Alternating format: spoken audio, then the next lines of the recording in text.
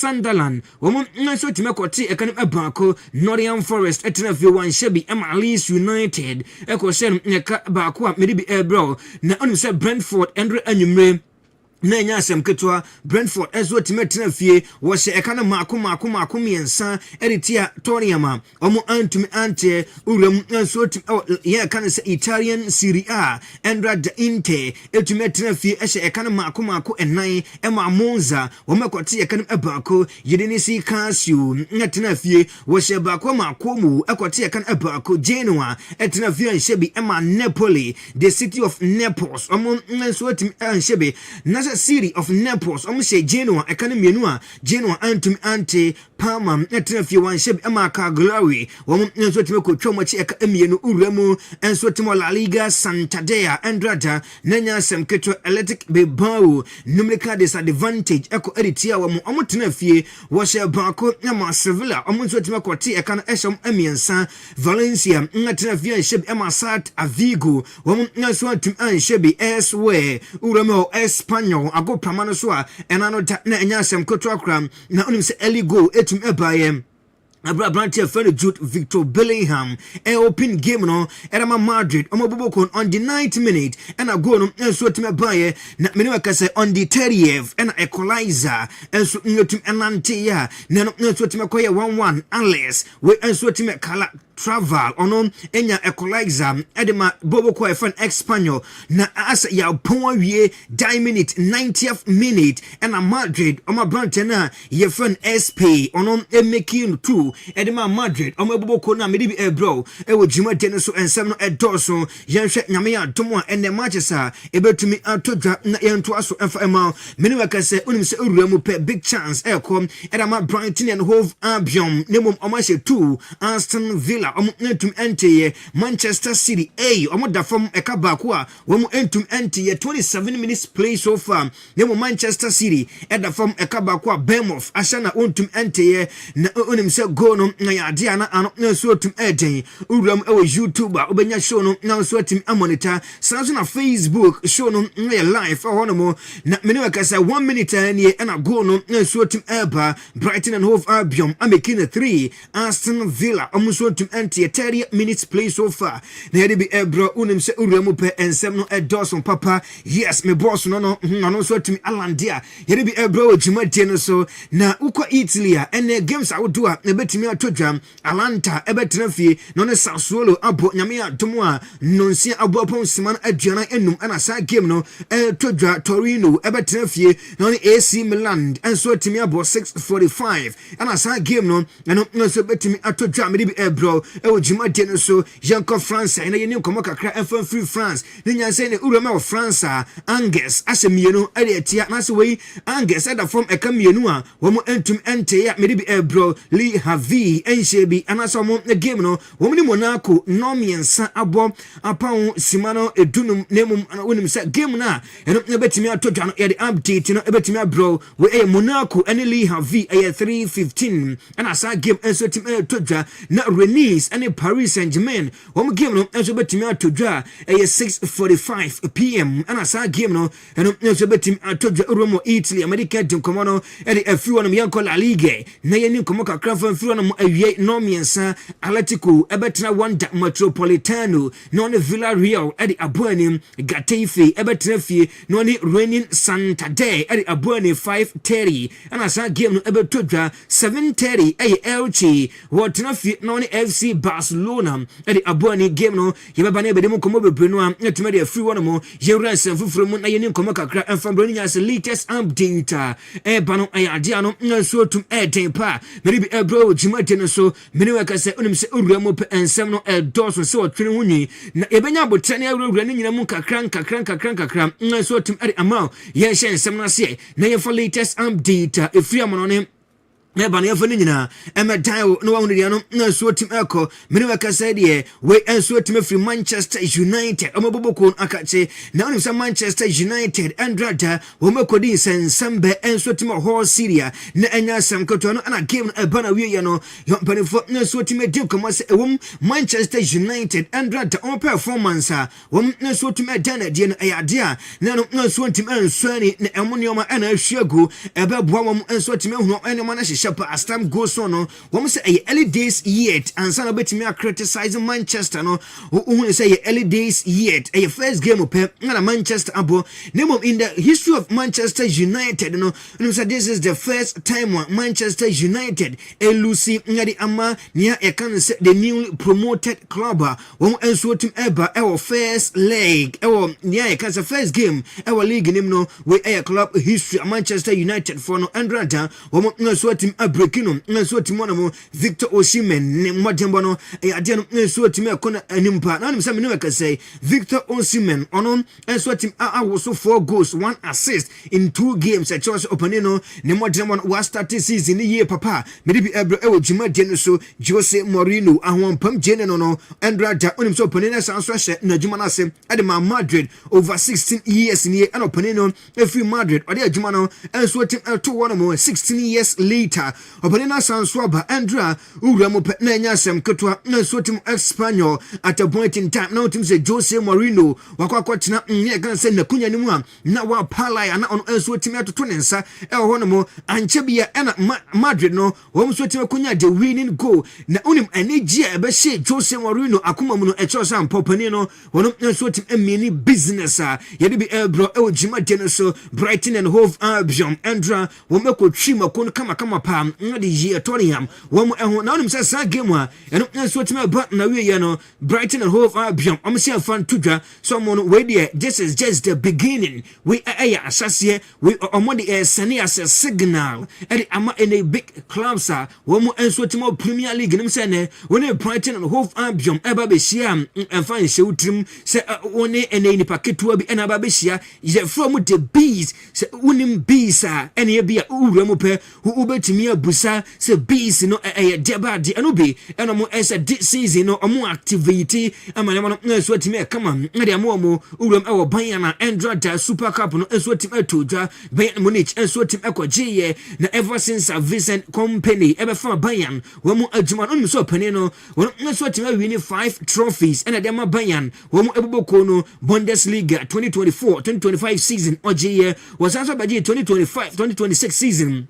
German Super Cup wajine 2025 DFB Pokal 2026 oje and Andrada German Super Cup no chance what me akwakwajia yedi ebro e ojuma de no so na after the game Michael Olise and onya the most valuable player e wo game ni mo na medi oponina ye friend Harry Edward Kane na Nkomo e de achiro na onim se Harry Kane ni deisa no so timesi na kan e de Matoriam Hospital no oponino na so atim anye trophy bia afa Matoriam wo mo eboboko no Nembum oba nia kan say Bayern no wanya 5 trophies e ma ne ho a ye de bi ebro e ochimate no so enano ta na FIFA in World Cup e bana wie na sa FIFA World Cup na e bana wie no onim se emunsam ye wanim sam ye de ka betim ko mabebre no atuma de ma na latest some data e bana me pa cho temi Argentina wamani Spain and about final game and so timi to jama Spain e kwakwaje na sa game no onim se entokwa bi na so tim e raise and asa entokwa bi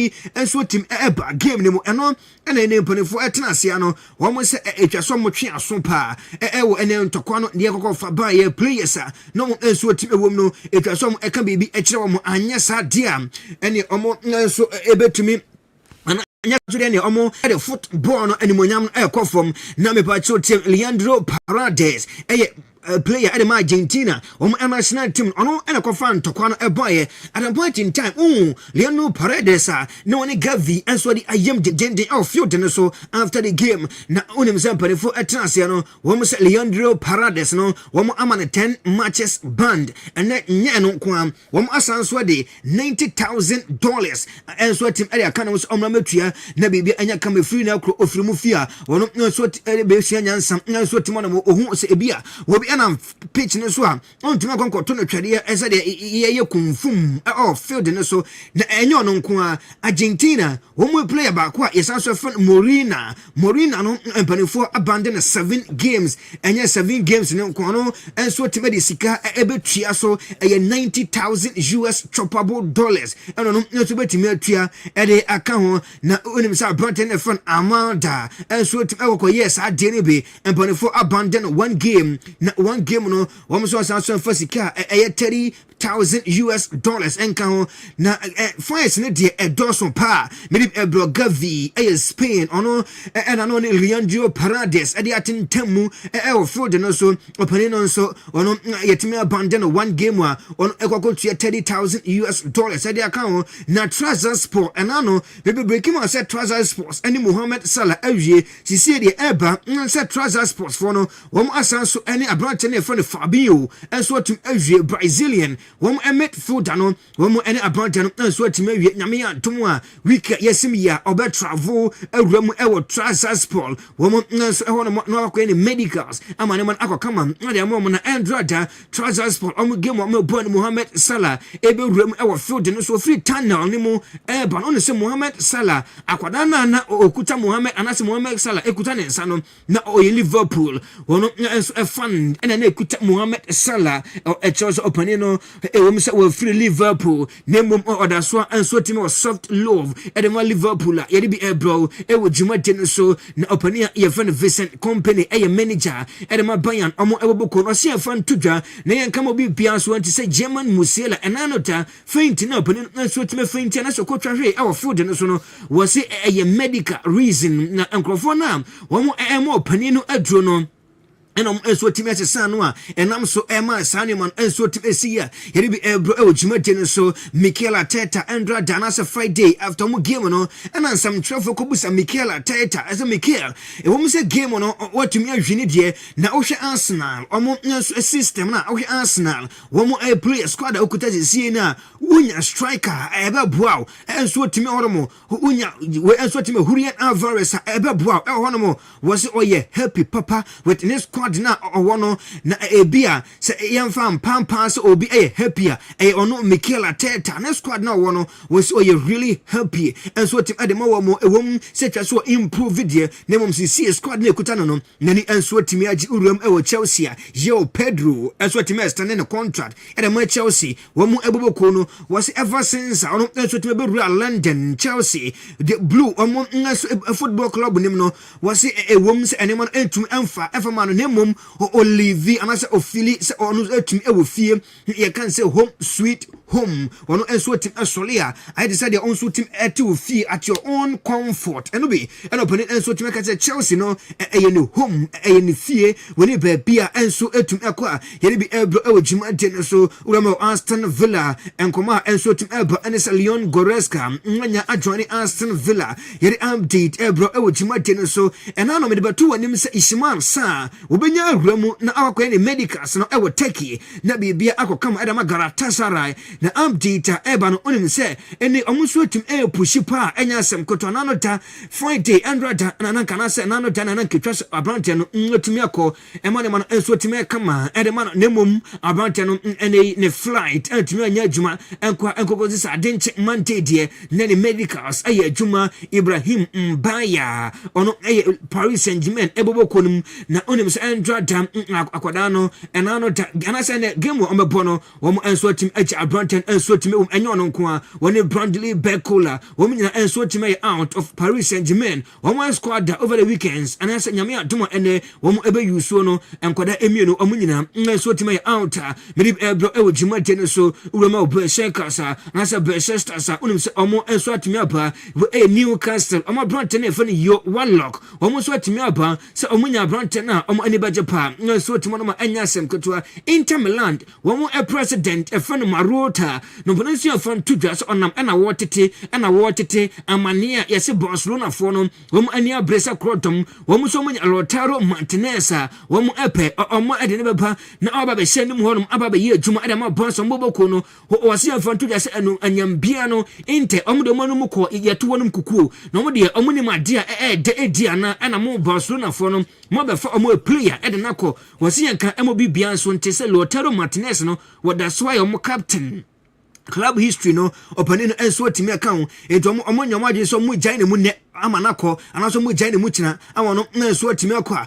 yede bi ebro ewo jima de no so yewram ewo Santiago Bernabeu na mini komo kakra fanfiro no Andrada Santiago Bernabeu players Madrid womu enso timi firo no ewram ewo Espanyol na Espanyol nyanya sem koto akra na onim se game no start ya na start game no eyi pa ne mo matter point in time ne mo ya den edama Madrid womu ebo ko ne mo anigisam ane say Madrid wom enso timi to asoko fan kunimdie enso timi de frimo abrante fan SP enya the winning goal edema Madrid omboboko no eno echina Jose Mourinho wase fan tudwa sakoda na ono enso timi de Carlos SP no wo penasem papa woni nyina atena bro no baako enso da no ose akoda no yekazo bi eyinsem kwa akoda no eye numeri am oyinsem kwa papa emo obi enso ntum enye bi ewono mo edono Jose obeboa together am oni SP omunyina nso team develop Madrid womu eboboko no nso team wono eno pani no nso team edi nkomo wo se Andrada ebese na me no ekasai o fa asase so nyina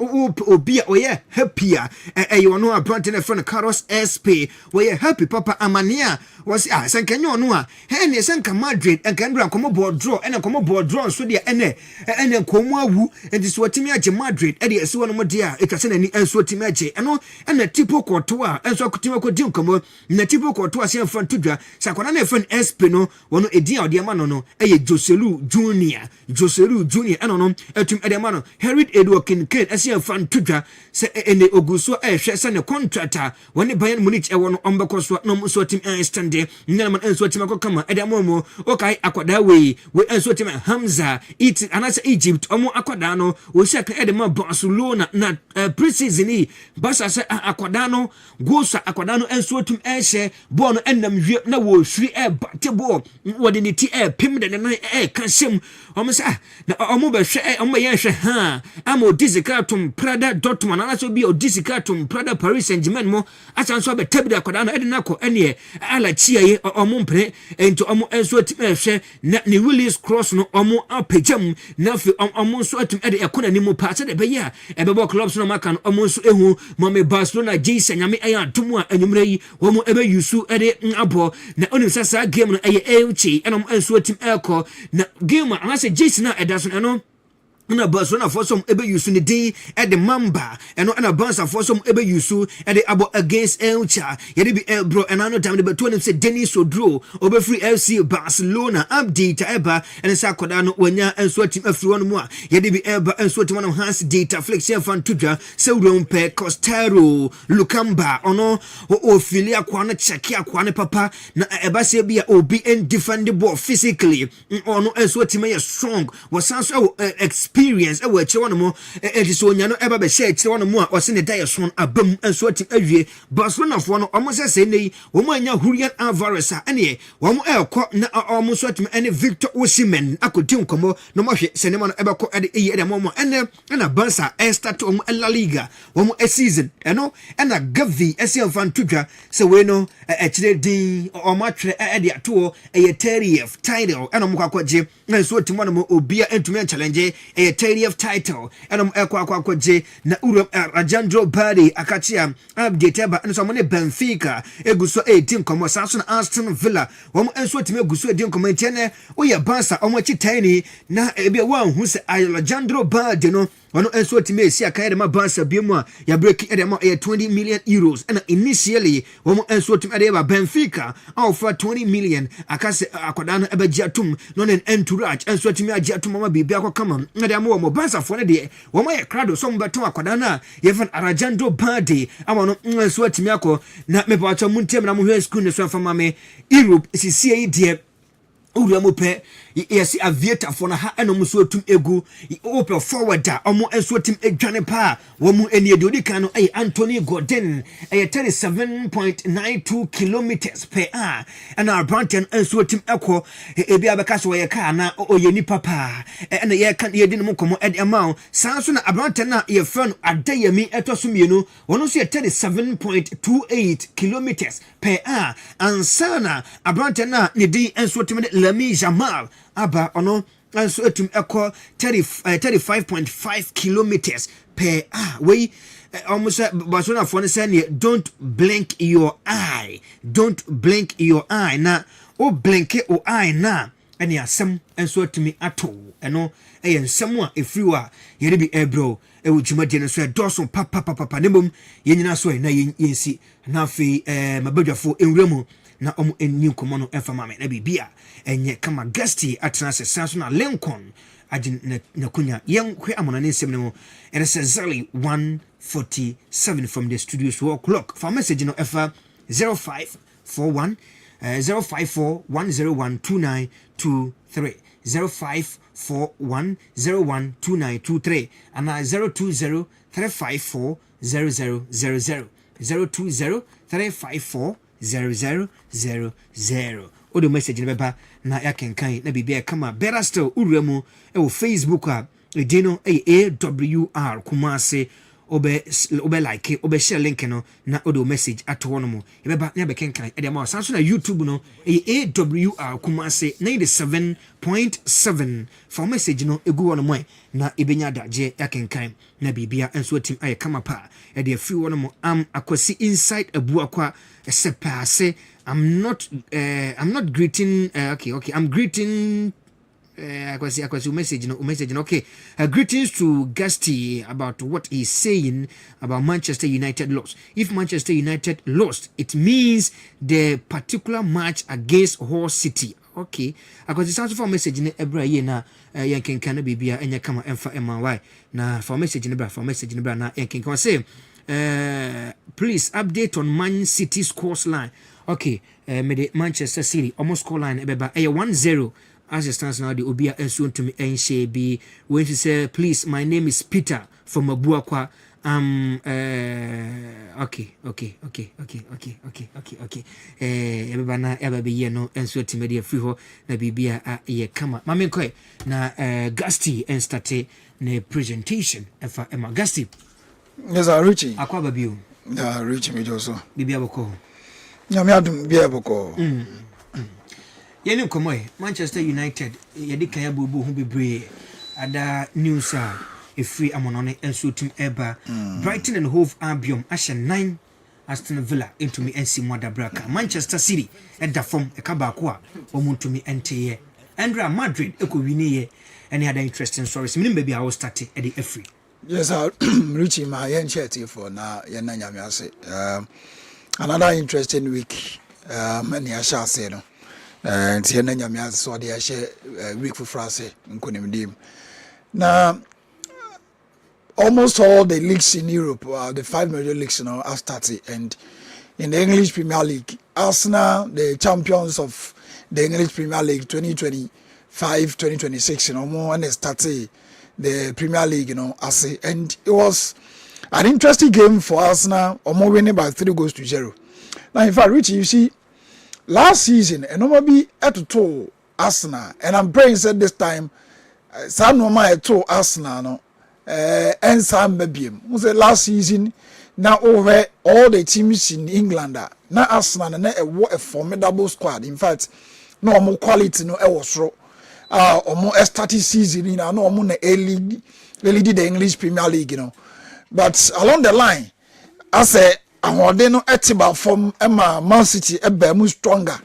Now I'm for BGD say senior Mikel Arteta and any Arsenal or more about 2 leagues, some years ago, this time or more else have about 2 league, But as Arsenal and Mikel Arteta making sure say almost stay consistent, almost stay focused, normal concentrate on the league, and then no bomb on way to major league, But idea Arsenal league now and almost about 2 league, last season. Some injuries are Arsenal players ni be very early in the season, especially and Tutu omo what time nanka Arsenal and Kenoma eko ye dia mo and some of these players injury by setback at the Arsenal at the defensive position.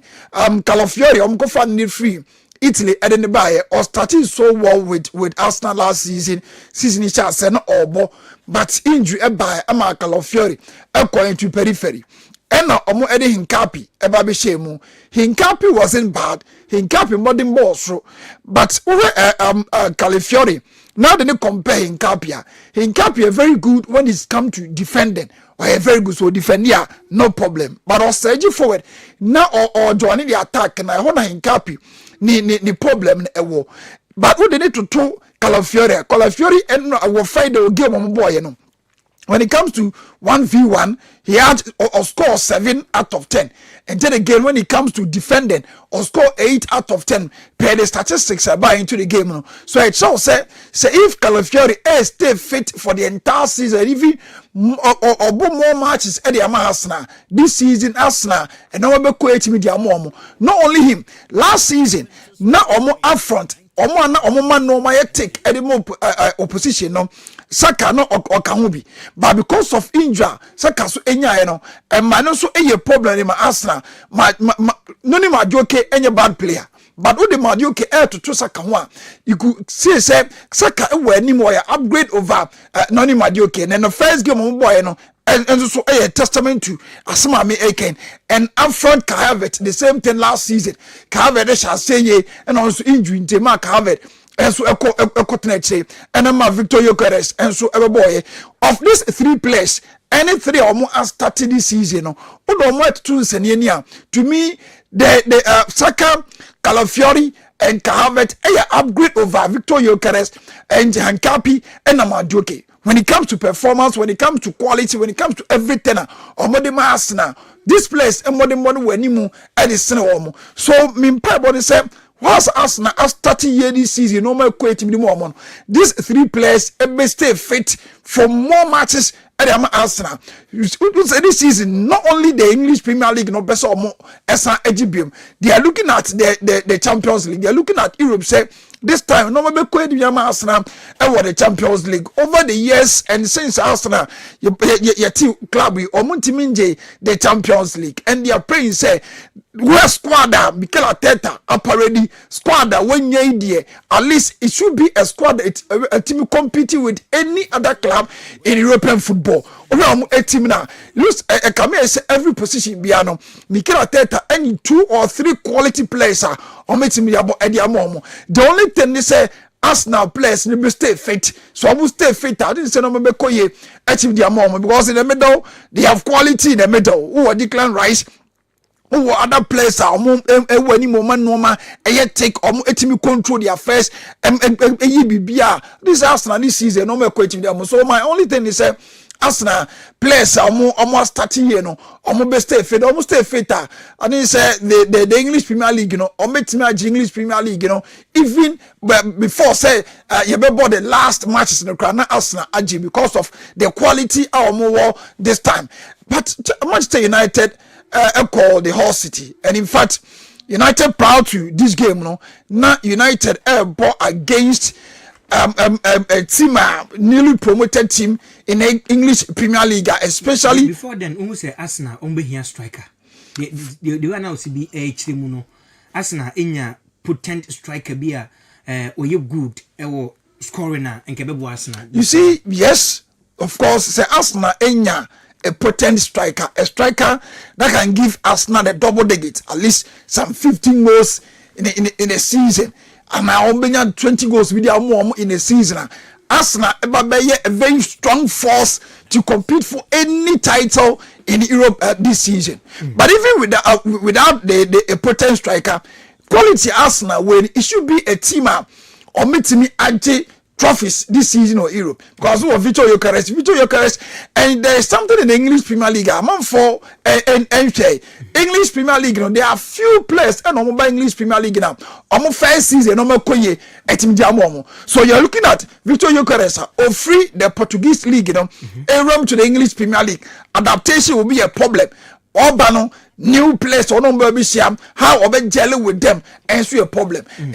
For the first season, it wasn't that bad for Victor Gyökeres, but people are comparing him to time and now what the Portuguese league down. No banking the goals week in week out. But this season, if or stay focused, if Mikel Arteta map out strategies and tactics and game plans are not effective, Victor Gyökeres, trust you me, this season Arsenal be a strong team. So yes, so more a potent striker, Romunia striker, bet me actually goes in their moment, especially in the Champions League. Now boy goes in the moment, or bet me a strong force. But even with that, the striker Arsenal still a strong for this season in the English Premier League and of course in the European football. So to Manchester United before this game. Now the one did say United winning game, because playing against Hull City. Yes, but against Hull City, a team or newly promoted side will feel the championship.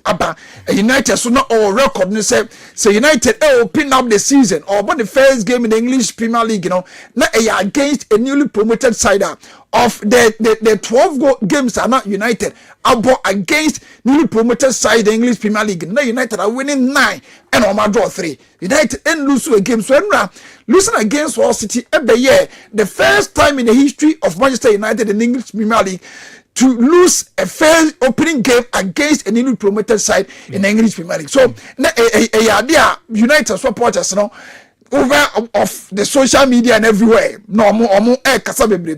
But Rich, I didn't say game United lose United and didn't game name Hull City.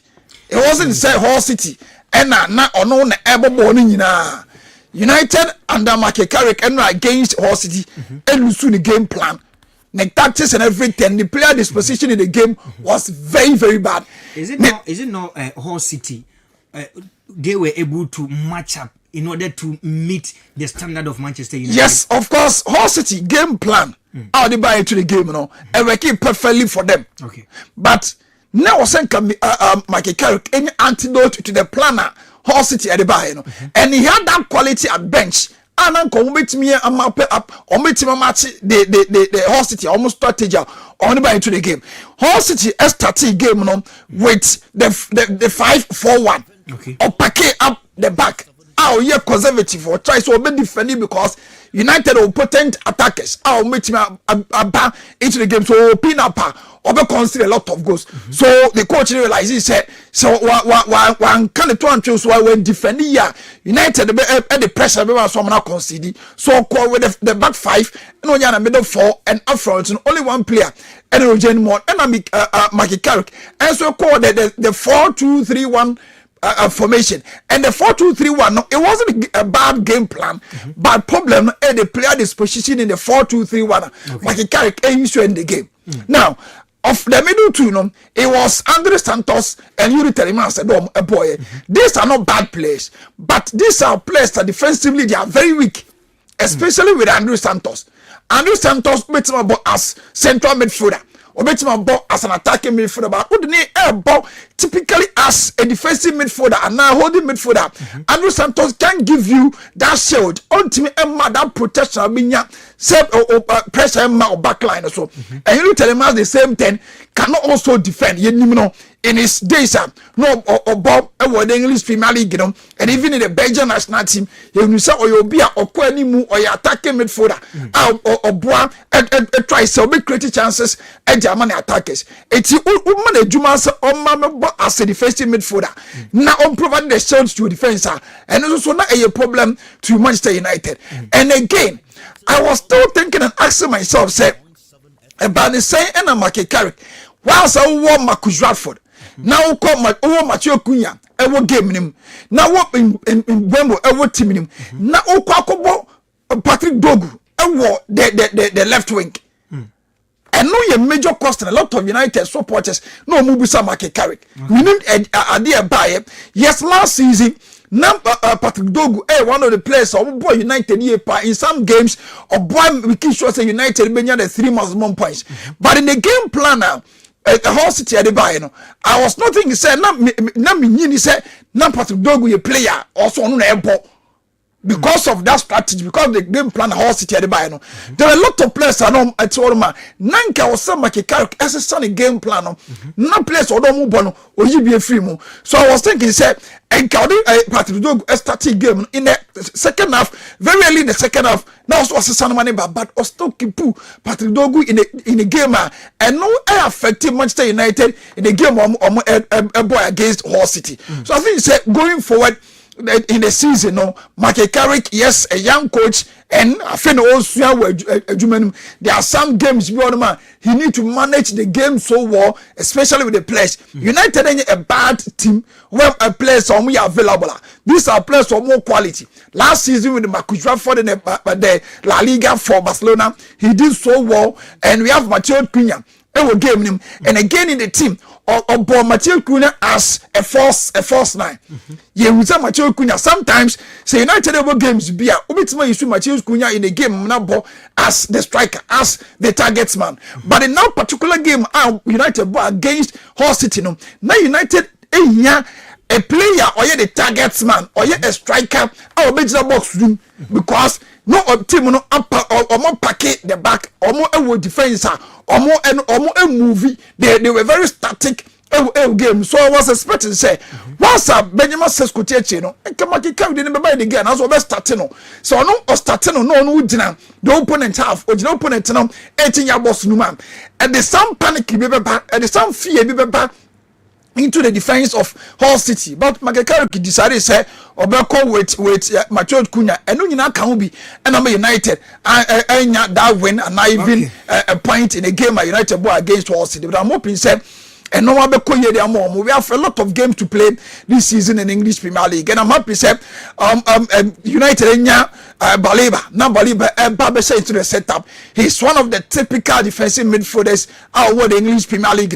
Just last season the money said and so compared to last 2 seasons Anka United from last season, but because of Sikana Brighton for equal to Ninti and my United a packet off from Baliba. But this time United with 65.5. I'm going to go for a year Baliba now, and I hope say all Banum or the Premier League experience and again Obitima pick it up quickly. And ya fair now or adaptation be or Obitima fit into the setup. I'm hoping so Bano or the dash shield never back. But going forward now, next game against Ipswich Town, say if United enya Baliba to integrate him into the setup, United still have players. Kobe Manu team him. You can Obitima but Kobe Manu no compare or pen with Andrew Santos and now Yuli Telemans no pushing Marcus Rashford and Bruno Fernandes up front. United will be good to go. Now United enya the wins and the goals are or more expected. But with Man City, yes, some game or more airborne. They are losing by 1-0. In fact, first half for no crime and almost free that game now. Bournemouth about one goal. And no me share Man City or more lineup players Enzo Maresca. You should say a huge job in Yadiama Enzo Maresca. Of course, why Juma and Pep Guardiola paying? Wabe Juma at the Chelsea. Okokoje the World Club Championship. Obono Martin in the English Premier League, but no matter Nkoye and from Chelsea as they were expecting, and no more Esakeno. Now to a Man City or more into transition because Juma Pep Guardiola a year, you know, after na or more established Pep Guardiola stanko and na Enzo Maresca so stanko. But in this particular game, or more bueno, me are very disappointed in Enzo Maresca. When he plays or more use game in him. Now, only place the back line when you're at the Lewis ball the right fullback and all ball Bukadel and so our partner will bring Jazz or the central defense and our ball Vadio or the left fullback. Again, there be a problem the one and the 2 holding midfielders. Wabo Elliot Anderson and Mark Gay. And no number problem. And you see, Rich, the bench of Man City. Okay, the bench of I'm asking why would Enzo Maresca allow us over Mark Gay ahead of some midfielders and commitment born proper. Yeah, sure. Ye nimsema Gay one of the defenders are omutimi kutabo ye a passing ye. But in this particular game, over against Bournemouth, omu ye tima. They are difficult. Yes. So we break your man very very difficult. Though omu coach omu used to last season yeah available. But still nanka I was saying so but this kind of hoping say quickly in the second half of it the sound of me because players be it is Nico Gonzalez. Yes. At the bench. Nico Gonzalez last season.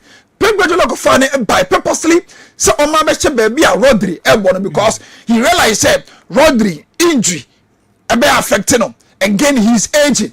It is a problem and replace Rodri or also when you play your meet me what the same quality or even the modern one every baby Rodri so I find Nico Gonzalez and then buy so Maxim myself say I didn't Nico Gonzalez and there hasn't been any report that said Nico Gonzalez injured. I didn't know better bench. Ama Magay Akokoba that position. Not even yes, Matoko Kovacic and so available. And a lot of players will meet me up. But still, coach Enzo Maresca decided to call with Magay. That is the problem. Sometimes coaches be enya. They try and error. As a season is starting, you try something years ever far. Yes, Pep Guardiola starting with John Stones. Sometimes some games, not the John Stones, employ the defensive midfield role. And then normal quality in the man. So be now is what Maresca so Jenny say. But very early in the season, you don't do that because so fear against Bournemouth now lose set games and dampen the spirit of the entire team of Man City and it will affect Man City. Last season, no man quit, so they expected this season. And I'm waiting for Peke and they are Man City or a team no. But Rich Mami winning off and signing off with Real Madrid game on boy. You see, it was a tough game. Along the line, sometime and the PBG say you say Mourinho first game or Belusu game, you know. And problem last season, Real Madrid go through. It is the same problem and on and say if you say Mourinho ain't me addresses our problem now, it would affect him and any idea between Bonama or my compete so well in the La Liga and of course in the Champions League. And what is the problem? The problem, you know, AJ positioner the Kylian Mbappe able any position of Vinicius Junior able. We know Vinicius Junior to be a left winger. Yeah. Any name say Kylian Mbappe a attacker. But I prefer say obe operate from the left, no cut in. That has been the style of Kylian Mbappe over the years. And last season, this was the same thing I affected Real Madrid so well. It was when anytime we are not Real Madrid the air ball ball Vinicius Junior and Kylian Mbappe in the same game, you know. It is either Kylian Mbappe behunu so, ama Vinicius Junior ehunu so, anase Vinicius Junior behunu so, ne Kylian Mbappe ehunu so. So at the point, you see, and when time Kylian Mbappe injured and not almost game, no, we saw the quality of Vinicius Junior because he realized that we are free and our ball in position, no, it will give you up the best of Vinicius Junior. And not game, no, the same thing and it affected him. So I think said you see, Mourinho need to address this thing going forward. Say since you best competing with Barcelona in Europe and in the La Liga, also addresses Saudi, no, and then again, baby, I'm not going to follow the dinaba. Na enunti oman kwa na ba omo ye omo ho akesesem we are the big boys say Rodri amakra na we can you better manage you mate a lot of interviews you say Mourinho weka say even with the absence of Rodri say Rodri amma ometimi amma pa ometimi do obi aba be shem ometimi the other goal na be ball ana Bernardo Silva ometimi about that position and now or the Bernardo Silva about that same position open with Blvd and I'm fat and then normally you talk clearly say Bernardo Silva any a player betima as a holding midfielder or a defensive midfielder ultimately or you be a person who can now credit chances ma attackers no question goals ni bi enti o straighten no restricting the ono enyina etira ya de bebo so season enter na transfer window no e close quickly Real Madrid should go into the market no mpe a holding a proper holding midfielder and now on pay defensive midfielder bi no machine more so munya bi sa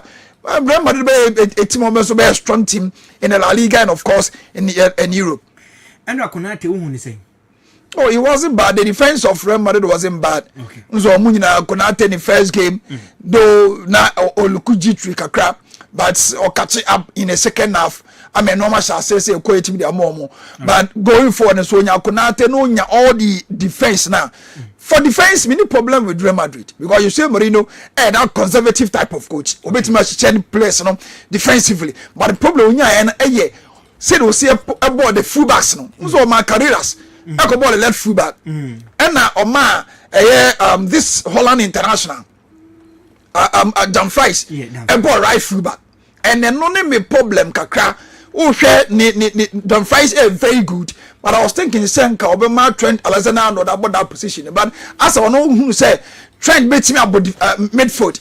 Now go about Dumfries the right fullback. No. So going forward, I think it's Real Madrid team no kakra no pick up but ultimately yes no ma make ya Real Madrid be a stronger force European football.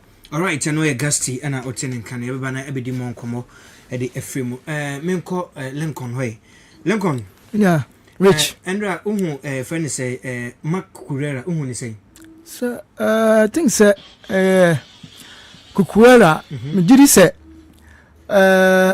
we position our boy and say we left back ba Mourinho no na niema oye no ya at times me na me can say modern day football no Mourinho ne niema bi a oye no days no baby atwamu no so when you careful ontimi mo emma Mourinho anim no ensa me papa ewo Madrid dey me can say we days are no club material players are no mu ya rigid o mu na defense animu a o timbo ball bi a pesa mo bi ko play bi okwa na me kai internet Barca finals with him somewhere to face ko ball defend but as players omugu Madrid no omuntimi nya aduma no ko Kylian Mbappe nya that type if Vinicius Junior nya that type enti say why you be amana twamu a for now players current crop players omo Madrid no omunti say players onya omo Inter onya omo Chelsea babi akọ FC Porto no nya type players ni bi na onya no the unfast in the ancient team. They believe the first match and a yabo. Madrid supporters no enyabo tema players no. Okay. One that Jomandi guy. The entire Jean Jomandi say omunya botema no. Me kai abra Vinicius Junior. Roma the foko fan buy no. Me say minia omukọ fan buy na omuhwa omugiri say young player say under 18 that no 18 years. Omuhwa nam se dabi said ne ba the first team one a bed in Tia Money be 2 years or a fence in Brazil. Oh, man, boy, and Tia wouldn't buy Madrid no. I don't sign money called Castilla. Oh, he said, Uncle now on you team Nkomo. After here, no more say performance or then a do honor. As a check, I said, players no more honor. No money, one a bromoso. Oh, I'm going to buy. I'm going to buy first 2-3 matches. Someone say Vinicius now say, Nima and Shedan day. And Queen, no person say, Kraman say, go back. I don't mean to tell the man for to see ya kase no. You must say who say o come the team mo. Say nya Kylian Mbappe ni caliber players no ya. Come this on the face of a fence Real Madrid team no. And team you say afin a player no John Demandi afin waba. O munya butem fama no. Who say team no waba no psychologically enye easy. Yeah, sure. Enye easy kra fama no. And the ball no boy obi team kan cheme say nya enye kra sa. Ball or boy me team kan a good question bra na Vinicius Junior ban the first time. Oh, Real Madrid. Okay. Eti Mourinho nya botese o hwe Cucurella mu se you know omkoboy no ntino. No on pese obe sheda ade omo ahye game nu kese se e bia omo fatigue ni nema asset intino benya omo mo time. Gradually be introduce omo kakaka na ahwade nti. Mese Madrid play supporters no. Omo nya botse fama team no. Mourinho on pese me ka chere supporters no se. So o pese o pe coach a obema beautiful football. About beautiful football Asia Shamawa. More than yet that type. Okay. And ball there, which my ball to Kamba when you fence. More than that type coach. Until Timinya, Mourinho said about football, beautiful football. No, I said the amount. No. Okay. And I had 2 Ellen so go team in Jelly. When you said the first team. Until with time team progress no. Mourinho bet money on the first team and then the first play fence team players oda mo ba bet money kakra dey and the film but Mourinho net that type bet money flare football say Mourinho pass at the cover we beside no but oba ugly no wetimanya win eden eden amount ntim ji say even supporters nka be say enim say ade be chene na madu da eden alusu but trust molino obomode say se wono ontimi enhye okwaro onhye no amotim be equalize sign eden esan hye nti ye mo madu da bas memra Manchester United kakrabi United too early me makase football no ne ma bebre ne wom obeka ya team way Argentina echo World Cup yehu team o shake ya fence Saudi Arabia yehu de mo de Argentina ba ni na chi no Argentina for na call anim kwaje the fence World Cup no nti football de say team need to lose one match ade ba ko ehu kakra ade mo Manchester United e wo mo first pre-season matches on boy no omo lose to AC Milan by 4-2 and now money Leeds United a ball 1-1 eti Man United ball bia no e pre-season no Man United e concede e che say no say come ye early omo ye mo 10 because Casemiro ayia ojan ho no sa hole no ojan ho no a big hole okay call ball boy no even later part of the second run ball Casemiro di Manchester United no when your player we equally to that player the experience of one ubet ni the carrot baraba naba but ontimi mo ball to say Casemiro until say Manchester United early days yet supporters nya botre makarik say man hwe no man pressure be na pressure ba team no so I'm telling you a big blow and a and some case the Manchester United Bakarik betima ya juma oh I think say with performance of the man last year no with omuman time with time no obetimi ayajuma the Manchester United. Okay, Barnabas a monitor show no from Pankrono keep the fire burning Gasti. I salute you all and from Barnabas Barnabas good afternoon. I hope say bibia boko yes answer share na yemre fie na yeni afisem ne Nkomo Enra Dana say na no Friday GF yem president Efrapa Nkomo bebre enyo no nko a honorable sports minister Kofi Adams idi enso timi Nkomo yeba na yemu Nkomo no bebre e de abro atapoku Nkomo ose yenkanche ketukrigu say sa 1 million Ghana cedis na odema football club ahodo nso mo fan start on pre-season no onim emoa aboa omona aboa football clubs ne pa ebi kura ye de ebi e benfanse bia team no o chane budget team a miensa emu baako e no de amomo nti aboa clubs ne pa alongside prize money eda so obanina sanso de Nkomo de afa yen referees association ne ho ene football infrastructure sa e wo man ni mo ye ba be di mu Nkomo ne mom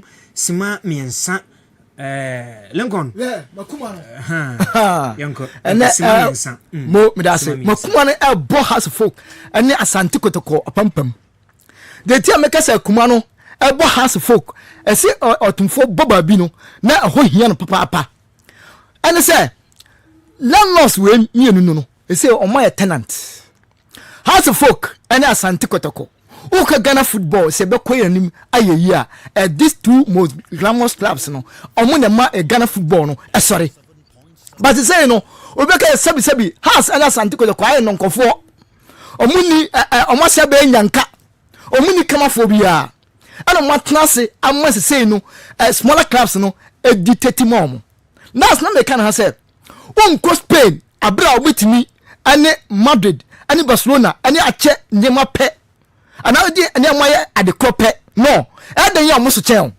etide ntina se siye kotoko ane aye has ane bebo democracy cup kotoko ane has folk ane bebo democracy cup chese wo mu na ye bibi wo Ghana wo mu na kuta the supporters eti se mpanfo ignore kotoko ane hasa anye den enye yie eti me na me kan say 5 years nye has entimi nye league unko Spain ama Madrid didn't know abra makofo Moreno and sit da say Madrid go 2 consecutive years na 2 seasons na Madrid so on league not ote no nc so kotoko na has supporters no any has friends supporters no almost someone na so Ghana has here this season omo make sure some major league we think just SK way 3 million Ghana cedis and ama ankodi media ma baby ni Gold Stars any other clubs no omunye team but ukuba bia uko other countries bia your 2 clubs are omunye giants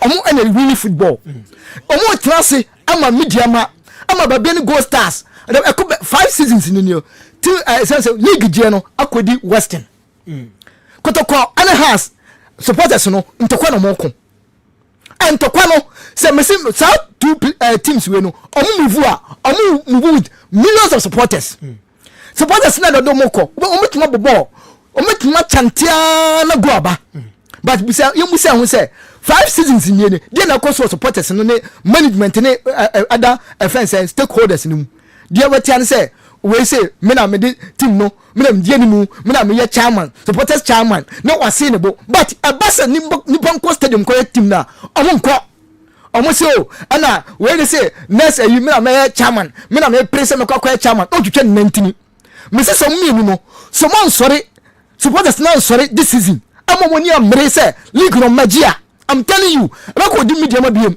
ko look at recruitment am where omo ye he say also who pesca other top players now unko park unko stadium ma manage and team administrators no enye ska omo unko fiscal hin na run team ndi me catch omo say league no 5 years kotoko ntimi ntina say ya hwe bi ya tra Ghana ha ya tra Kumasi ha abra kotoko really Ghana football abra has agi 6 times our Ghana league eti ntimi ntina say amasa 2 clubs we anta say nyanka sa dabi o say landlords omo ye no so mo say omo na se nkaska omo che no senka de say omo bo ho moden ana mo gina ba bi yi a I'm telling you I can basa omo teams no be cheska pe eni kwa say sisa say o ko Spain na mo cheska Barcelona and other clubs no e che ne pe no ensi unko England Manchester United other clubs Chelsea and other teams no unko na mo cheska pe no because bra mo bo no umobi okay eti e ka kire clubs no mienu kotoko ne has me agi omo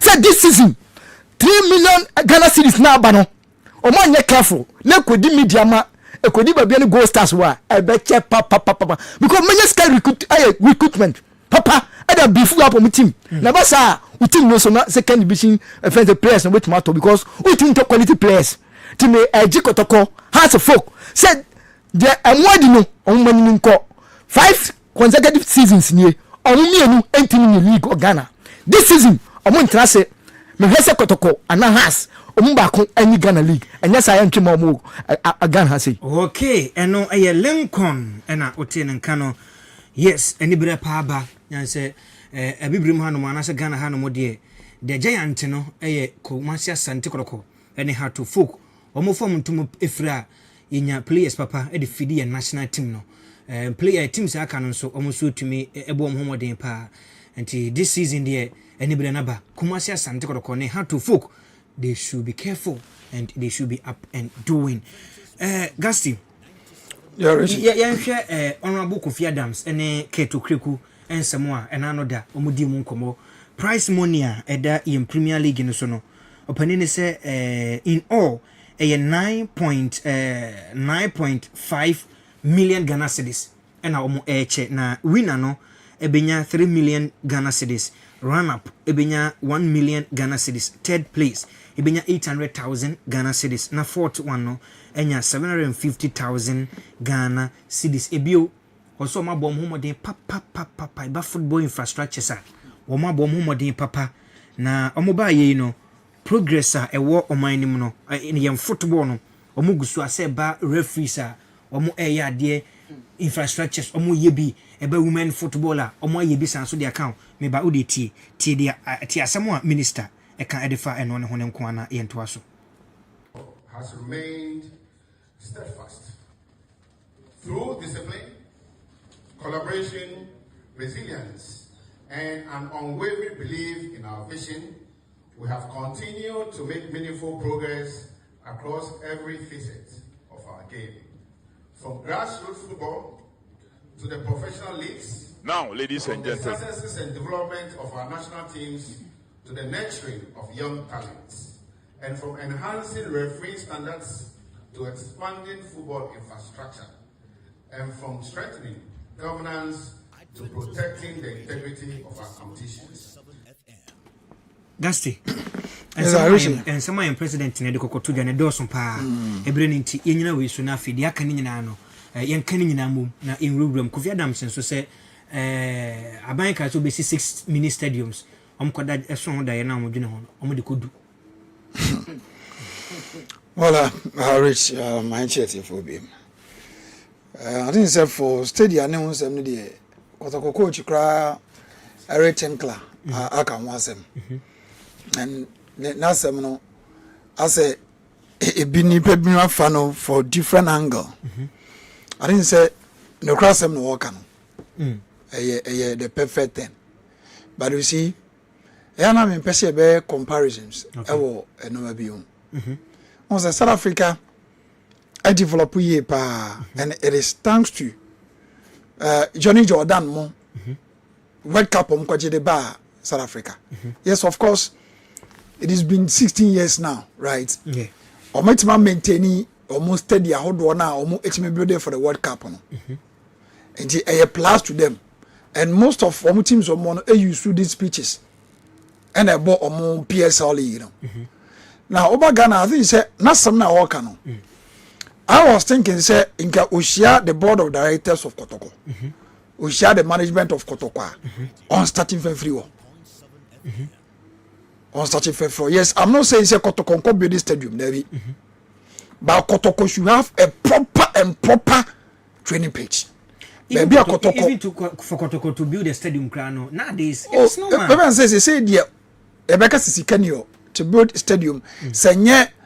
Obi na eba be so asna ya amawa edin say takwa yes they can but mediama they nyase metwa no mediama they have their own stadium mediama dey say go fetch for e be sima on enti kumaja sante kodoko true Otumfo Osei tu na wadama me sa dey no crowd me force rich I will never say kotoko nkofa enkusi stadium there be they have Royal Sports Stadium.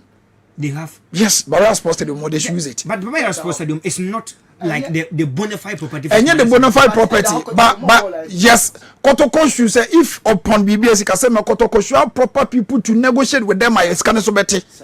Or when you go bit man, Kotoko the only team. Or a big team on your stadium. Because if you are talking about the Sika Kumaja Santi Kotoko Atriadema NSC game after game, and I make I say that is unya penny. Be a old day, no, or a proper bargainer. Okay. Kotoko benya be boom, madam, but training pitch in here. Yeah, sure. One show one 80 pence house of folk. House of folk, Accra, Accra City tournament. Sure. And when your time I should be social media to go for a idea. Me try Ghana me nim team as I say.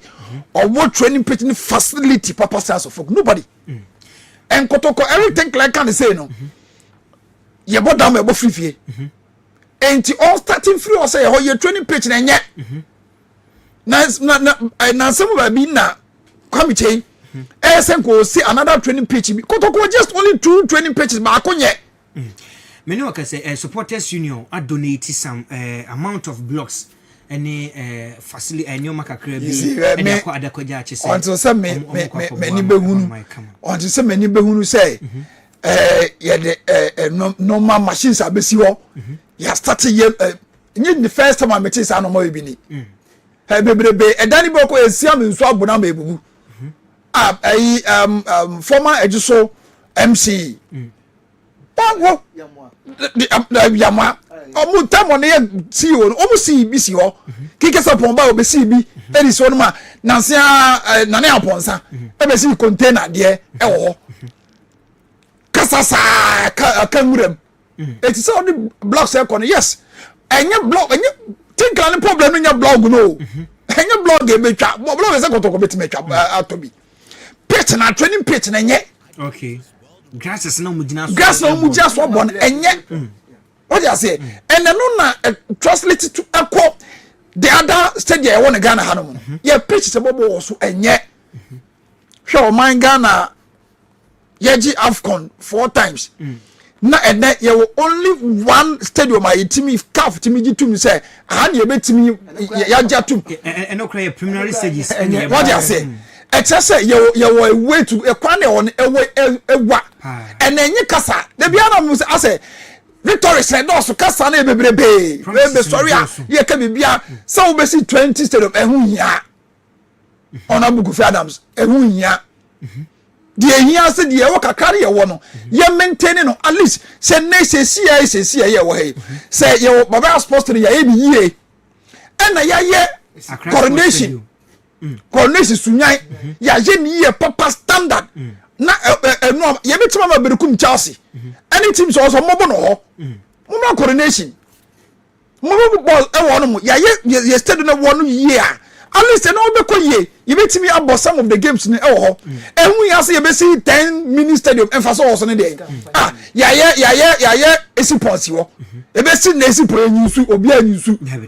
So, and last time I was watching one picture say free this baby Anna Karela wono. Omu penyin wu ye na no baby Anna omu atim build na gu. Yeah sure. Okwa United. Enkoko. Baby Anna okwa United yusu egu. E say asai ye timi nya bibia biem ko Karendof. Baby Anna liberty professional wo eno so sa ye wo has Accra. Say wo military for no stadium no. Yeah sure. It's all these mini ones no so buy say ye maintaining ya ni na betimi aboati ko e ye work ye nya stance wo ho ye bibia kama at least abeboa a support Accra Sports Stadium what they say ye we nyina na ekokoko akọ ye nkokọ de na ko United mu yusu enkokọ de na ye ni ya ebe support je hu ya say ye wotan wole de ho na ye say ye san ko Western ye Upper West, Upper East, Sibu of Fasos and the teams been a base on Upper West. Teams bang. Teams been a base on Upper East or one the base. A better one, my son, and then a sipon. Other one, even before a sipon, near traditional pitches, or Takradi. Ye Janisa, it is our Castana, ye young sim page now, so young baby Janiakas, and you know, at least the owner you maintain ye. I said a copy of the camp, but the owner going to me ye. I find us a copy of the account, and what. But you see, Keto Kreko, sometimes Yama Mekan say the 1 million Ghana cedis, no, it is not enough in Yesika. But say, what actually na on ben team bia 1 year, Obeka say the 1 million needs say no much Jeff any no for so be any so. I think say Atapoku before so be CEO the American Stars. Say na Olambasti the FA. But owura team ni mu team no omo budget any a car teams ne bono. Omu say 1 million Ghana cedis 10 billion. At least a save 1/3 of teams no omo budget. Yeah, sure. So we 10 billion at the amount teams. You see, I don't know what did that start you. A save 1/3 of team no the entire budget. And a chance a bono. You free baby and San Yako baby. We've always not say Ketokreku no money and this government support. Adebako maintaining and master so over the years government support to football and sports in Ghana. Sometimes you normal be any super the and for so it is rather say directly to the government. Now you did nyante chatama. You did not tell us or no football to me call him and nyante over 11 years and okoye. Yes, a catch, but no one be the same thing. It is tell you say, and no man there be a dip and Tokwane Kono, and you want now say far. And the government, and this Kabeshe Mono, all the teams in EJ. English Premier League and some Premier League, Premier League, you know. A government, the UK government in the district room, and my English Premier League, English Premier League, even the best in there. The FA, any support from the English government support to grassroots at the point in time England somebody under 17 and 20 money in but say for our national team to start winning something and to start competing with the elite teams and other elite nations in Europe, you know, they need to start building from the scratch, from the grassroots.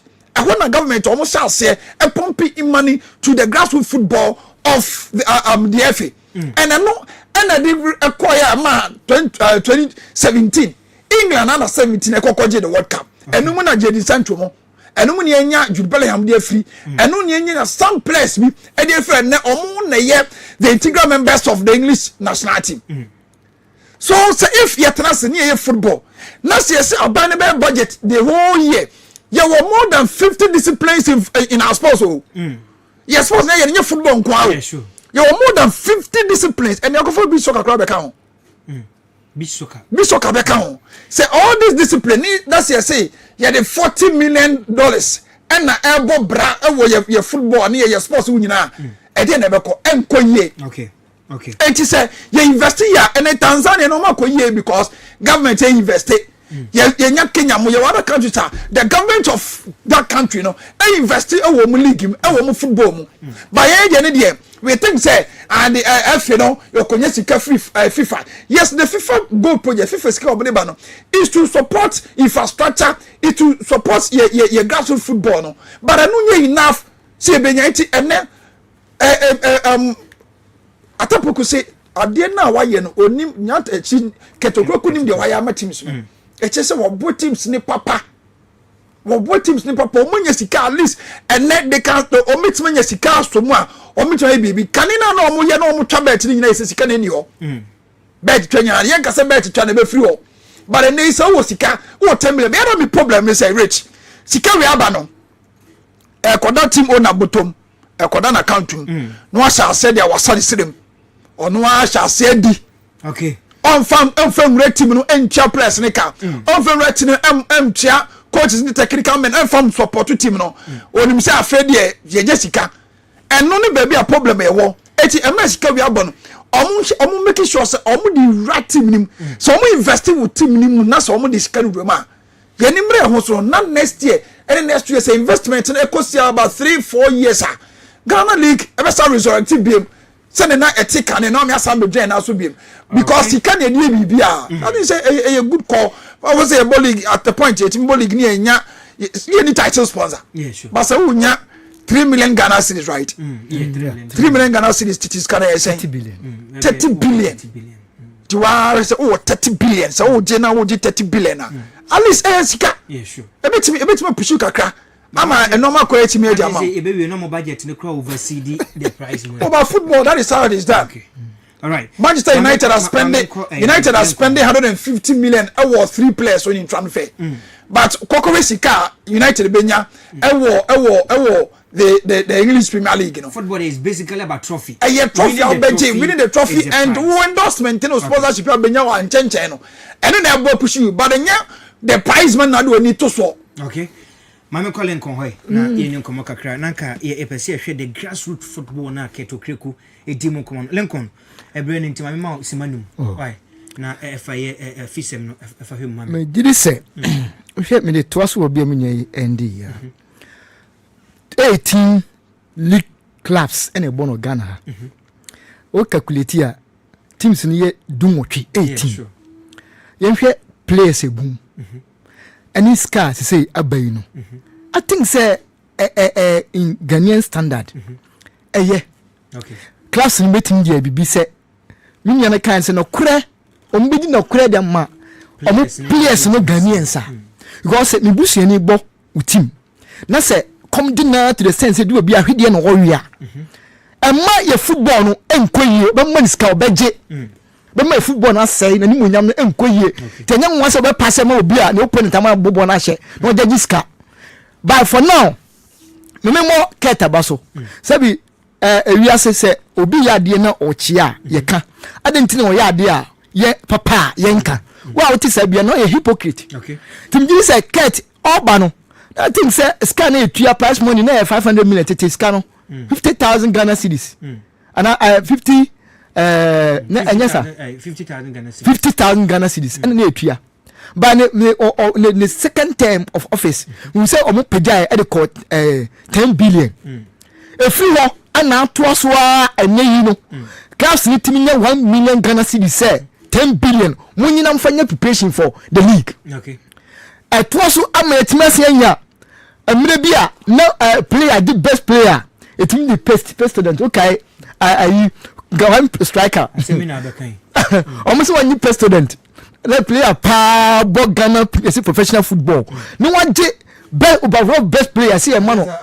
abednego tete in fact wenya dentist I'm from Kwene see now very disgraceful to Ghana football but for now best player they say Benjamin Sale etiminya ka kese kama etimi damu Mura booster. Car no $38,000. Car. It mean say player bi wo ho no feel say obetuma ye wey na bi Black Stars kra no be di ba bi amana from nya Black Stars abo with two these incentives na aba encourage no who say saade na omo ye de ma local players ombo omodin wo Ian Black Stars ebe bo ama locally based players no I tell you Mura booster go on your local best player na office say and a local best player na office say saade we beba mbe yin ho abo na even be 2 seasons consistently na matima ayi overall best player jimanya saade we Ghana has here. I think say be boosting no amna bo then Gasti, why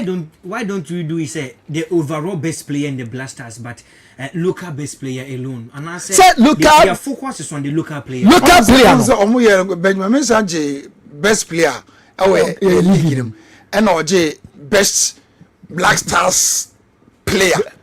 Almost best Black Stars. Yes, Black Stars player. Go now kodai no. In fact na obon homodin. Okay. Until we feel say or say mutimide man no encourage other local players no.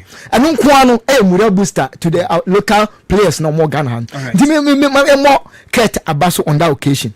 But when some one infrastructure wise in the Kakrebi. When say see I make say you see 2 boreholes, you see the polytank, you hear the some money na okuba bia adai obeje padia wafa or the action ho o yusu because intimidate okay your pitches no one when say bibi atwam okọ premiership a goalkeeper to fuma na tade nyina na sebi aya teche Premier League no enche bia o ba mo class na say the minimum nyeka ba class e hu say da bi de ye no say ye sa etitiminem atwam yenye niam a betuma ma obi twa no combat football ana mo sha say mo pitches omunye wano mu yinye uje opa yenye bibia na nkasa o man Ghana ye pitches kwa alone say ye pitches ba bia for bia pitch wo ho ye talent develop year e benya Ghana ha okay but empanyinfo no to the ska kodi ombotomu a so we ye kan ombe yide ma players no kwa didi e de bobon no kwa na be asem je be sre empanyinfo no ska no be di omo ho no say players ni ntina de mo mfa hye mbotom ko to cars ennem mfa nya omo de players ni ntina dis kana de de mo Barnabas e de abase o say yes. Yendi Park in Sekondi Takrade has been neglected to rotten. Barrage, you see, 30 seconds. House of Folk yard. I didn't say House of Folk yard. Rich, Yamo House of Folk about saying, Ben Emuma, Unze, the Biamakase, a dear problem to go for the best House of Folk. No, I come say every year be a general manager, but every year be a dear watch a crown when you're 2 years. And the problem has not been the personality of the general managers, but the problem is how general managers is able to think outside the box to bring something to the club. And Benimuma, yes, on far, she come by. But I did why in the transfer and in the preseason. So organize it teams in Accra. And I'll say about a ritual, about a dear bedow, ye be a bebo, house of folk bebo, ye be a, and or move bono. The probably my or my training pitch on the moon. House of folk a basin or more 6 training pitches. I don't know you free catona meeting. Oh, yes, almost as you can you and almost almost this cow.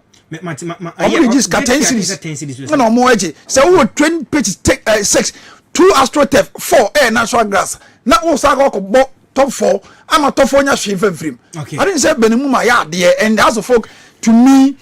Pictures for a normal as I say koyi house of folk omunya ni seven rally game can now mo pictures on me twom na yet mare nena so mo sesem phone lines nkakra na yenkoso ani Nkomo obetimi a join e studios na ye di Nkomo obeba 02035400000 02035400000 and I'm no 0541012923 050-101-2923 020-354-0000 Oba journey na yen discussion na ye also bia na Osei na yenina yemu na yeni Nkomo abusia.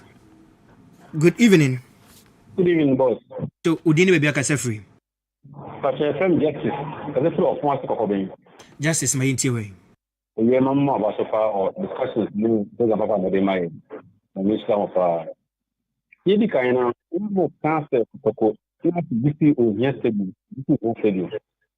But I mean, can't say Kotokunya at least mini stadium. Kotokunya only have mini stadium.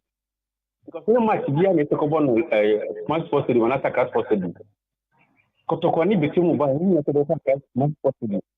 Now, your friend said, I buy a to tax near so to the metro. Okay. You are born and a phone. The car of your how? But we want over the better that stadium and all some that are now. That is because I do point. Maybe because I have the two and I said, I would give a support of my responsibility. When you make whatever I said, you will do. They say, the citizen and the kid, they were born again. Oh, where am I? I don't think I'll not get us. It is like a career. We have this stadium. We need to go about it. But I have much now, have much as I can. Okay, yeah, the update no, Ebeba na Bibia come. I'll bet me I join you on 020-354-0000. 020-354-0000. Join me na yeni Nkomo. MTN 054-101-2923. Abusia, good evening. Me wa chuma mintie wa.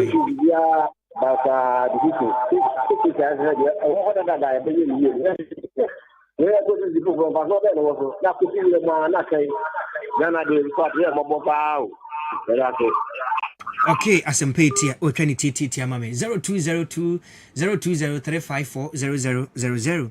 020-354-0000 and 054-101-2923. Johnny Mina in Nkomo fa yem footballer ewo omaye mu eho. Yem president Kate Edward Simono Kreku edi Nkomo abadwafo ewuremo. Abusia, good evening. Yeah, we are about to happen. This is in Saba. But the Pakistan. But they are bands of SAD. Me pa chwa. Do SAD 10. You need so because Oko colonization pattern no. Yes, you will be very study. And I'm not going to say, I like to say that one is not about much for. What is the nature? Because I want to buy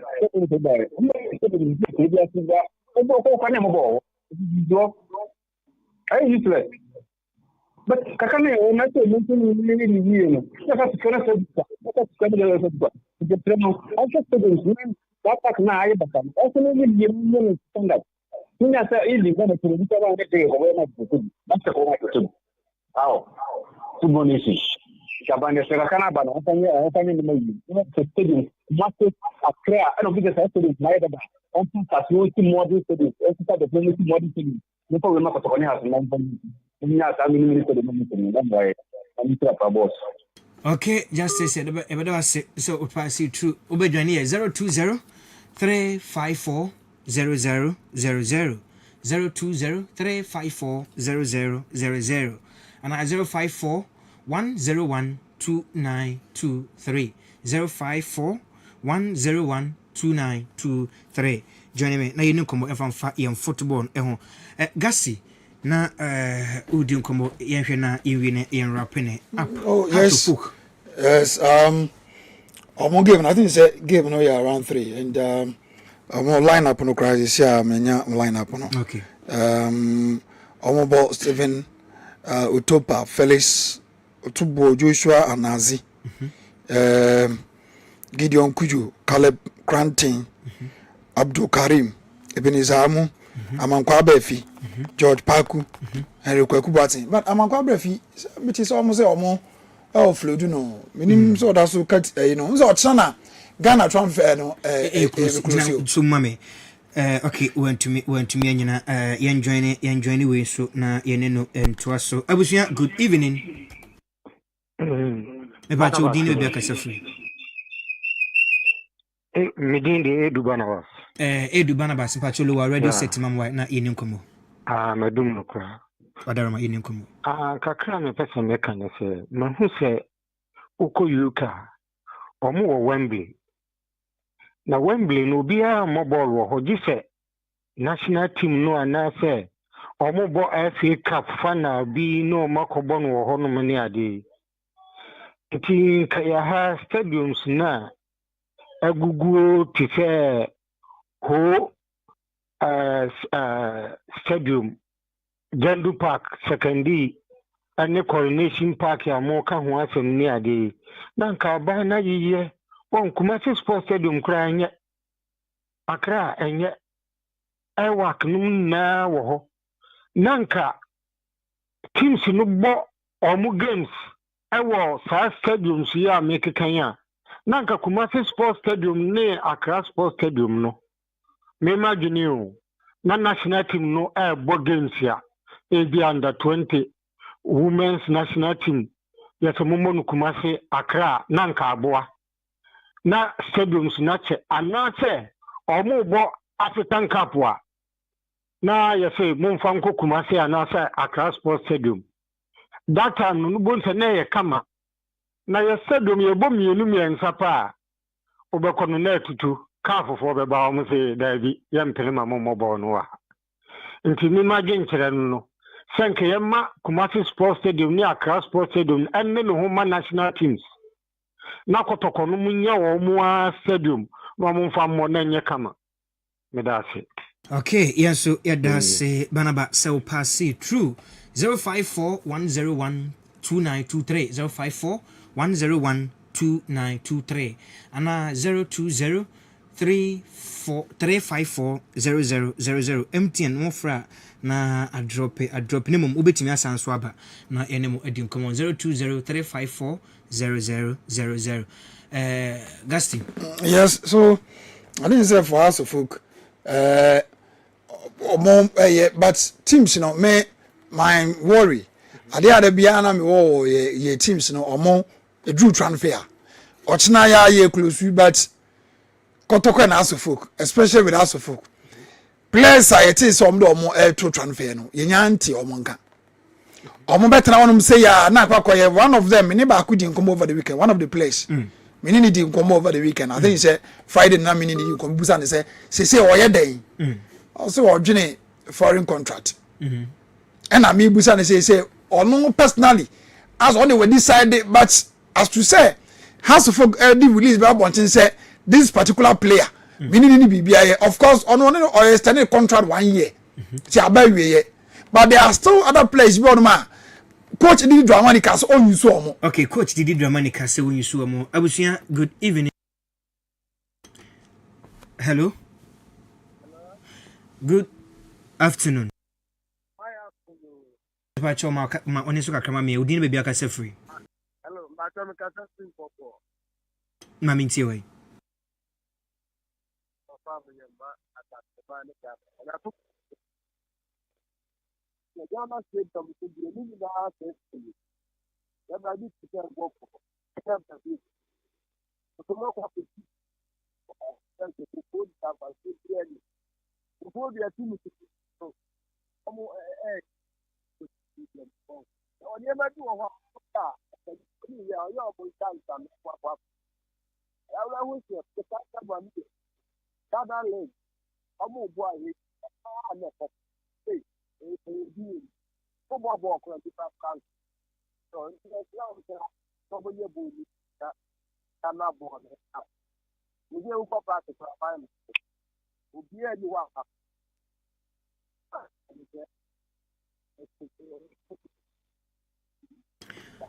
okay yanso yada se obamu obesan so adwene network no di ehwamode nemom obomodin ana obowuramu a ye no bedi Nkomo 020-354-0000 020-354-0000 054-101-2923 054-101-2923 abusia good afternoon. Afternoon. Wadaro ma odin be aka se free. Me kasa free sector ko kire me de o su free. Ma minti we. Na it's na some more kana nya pa tiki ko ko le na arel. The musi ha ya 6 50 something as a clinic. Na ko ko da ble ni process so asa say. Yes so kan pa na o ti ko na na nwa se. Mpani fu bi wo ma. Uma de kwa ye. One supporters ma na bibi ya bembo ama na ya nkoso no a na ye aguo bibi ya mo se ni na cycle fi am up on compensation to CB one ho bi CB ni na pa container se e ru e ko fa bai and no Sisua and Mulan Eva. In an Ezra one more who said the end. More you manage the Mopa. One camp for Jamon can be our mocking. Now, teachers, no woman in the Nipa and a connecting to Africa and Ghana. Yes, that was say opasi true. I wish you good afternoon. About your din and maybe I can say free. Bidiani opani Thomas make a Thomas, my minty way. Madu Chabi Mialenko, the mano Bobby. Opani, and across some time, say, when you come to footballer, Ghana, yeah, and then the air for Bra. Imagine, FIFA and our club to me as I do. Abidjan, a man is stadium or making me about Africa, and not Ghana. Kumasi as that was the good, meant to mean see a power. Identity. Oh, I said, yeah, quite a few years ago, yeah, my idea, yet, yeah, the Ade. Huh? Opening. Asem sebe. Araho, and fear me, I'm not day, and now over West Africa. You didn't Yanson Yaka, so Tim can say, has to put me, Kumasi Agodie. Now, paint a bottle ball. If a Tinica say, hey, think to be more Africa. Opening Araho, pa. Huh? Araho, and to me, you know, not yet, and the Japanese. No, no, and Sabrane. Nami, we are more than yes, idea. The the place here, and if you think to Mukoko, and one, what would you mean? Ya will visit the city at Yamuya and the baby like a blue. Abutre. Yem for Unia. Okay, Okay, also. I was here. Good afternoon. So, Lua already set him white, not in Nkomo kakra. But the one in me, for From my minty way.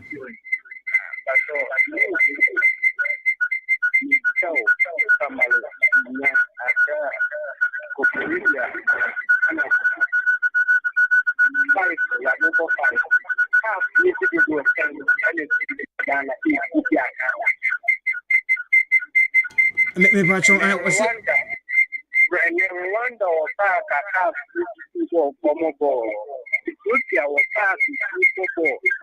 Ghana is a hell of a the men to me for Papa and 25 or 10. I have a pack up and 25 or yes, I can use. Yen I cast nothing but the emphasis is here. The young comedian about my mina in the past. You are on a planet back. And then a couple of years and say it, yes, I can with you. And I eat people, chicken and never. Gun and penny for 14 penny for nobody at the case. And just the meaning ground, the way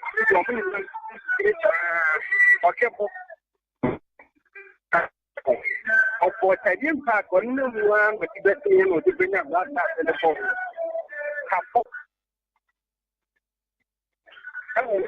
Park. But the things they and they are kind of tobacco party. Our more you tell them. In Ghana, I think the clear about the last about the Papa Gianni. okay.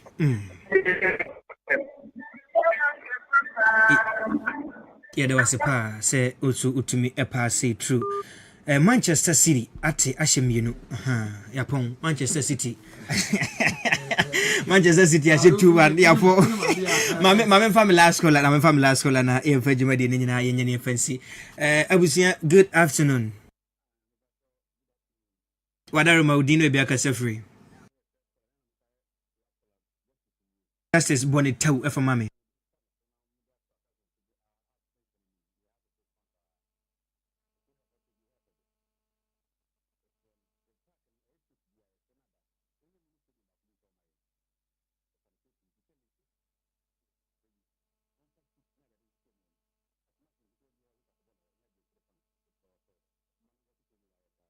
Okay, all right. Yeah, that's it. Say opasi true. Yentimi fa ofrefo bia biem ye bre no aye be nyame aduma next week ye benya ample time e de amamo na bibia aye commenti make sure say next week awia donko na odo afidie na to hono ma na fe ye di nkomo ye nyina yebom na ya build am football.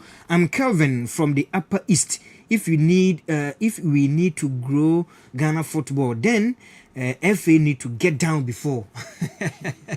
And yeah, Kelvin, Abba, yeah, see, my main call me Lincoln Way.